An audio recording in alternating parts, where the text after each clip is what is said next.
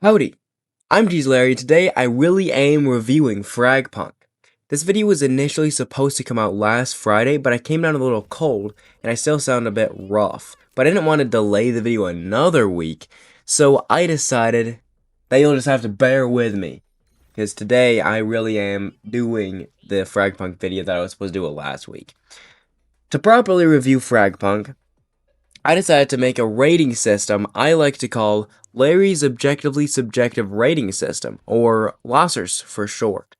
I'll rate the game out of 10 in 3 different categories, these being fun, friendliness, and playability, and then add them up for a total score.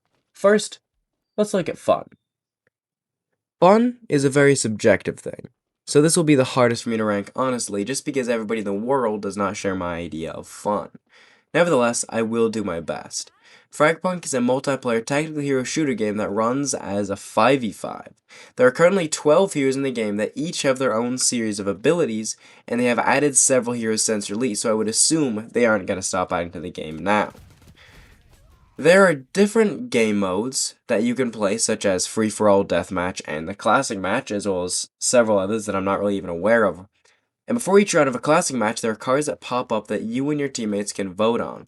If the card gets enough votes, whatever ability or change the card says on it will be applied for that round. The games play well, with one team attacking, trying to plant a bomb and win with a couple points, and the other team defending, trying to stop the other team from planting the bomb / trying to defuse the bomb should it be planted. There are no respawns in this game mode. So if you die, that's it for the round. Overall, I like the game, but it's not my favorite game in the whole wide world. So I would probably give the fun rating a respectable 7 out of 10. Friendly is how neat and well organized the UI is, and FragPunk does a great job with it. Everything is labeled and well placed, making it easy to navigate the home screen.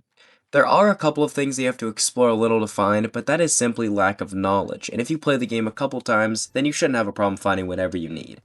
Overall, I would give the friendly rating a commendable 8 out of 10. Good. Nothing to tell your Sunday school teacher about, though. Lastly, we come to the category that is arguably the most important for casual players: playability. What I mean by playability is how well the game itself runs. Whether that is bugs that handicap the user experience, whether it's glitches that impact the enjoyment of the game, or simply lag, it is very important because you can have the funnest game in the world, but it won't be fun at all if you can't play it. This game has no obvious bugs or glitches, but it did have lag. A lot of it. Now, lag is obviously avoidable if you have a high-quality gaming computer or a PC, but for casual gamers, it can cause the game experience to come crashing down. FragPunk has a lot of features and is pretty hard on your computer.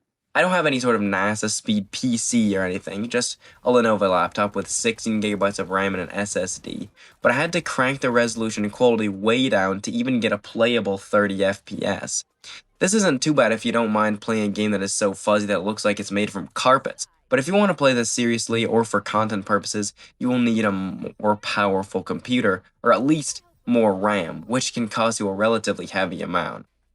With that being said, the playability really brings this game down, because if you just have an average Joe laptop for everyday purposes, there is no way you'll be able to play at 60 FPS without your whole screen looking like it's censored. The playability rating is a pathetic 4 out of 10. Technically playable, but borderline. That gives FragPunk a total LOSRS score of 19 out of 30. Not terrible, but still not super high. If you want context, let me run Sims 4 through it really quick. The fun would be about 6, not as fun as it is addicting in my opinion.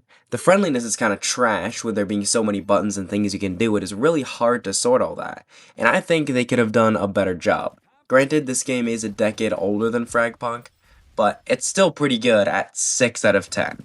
The playability, though, is where this game shines, because there are absolutely no hindrances to speak of that I experienced, so that's a crisp 10 out of 10 playability, bringing the total LOSRS score up to 22 out of 30.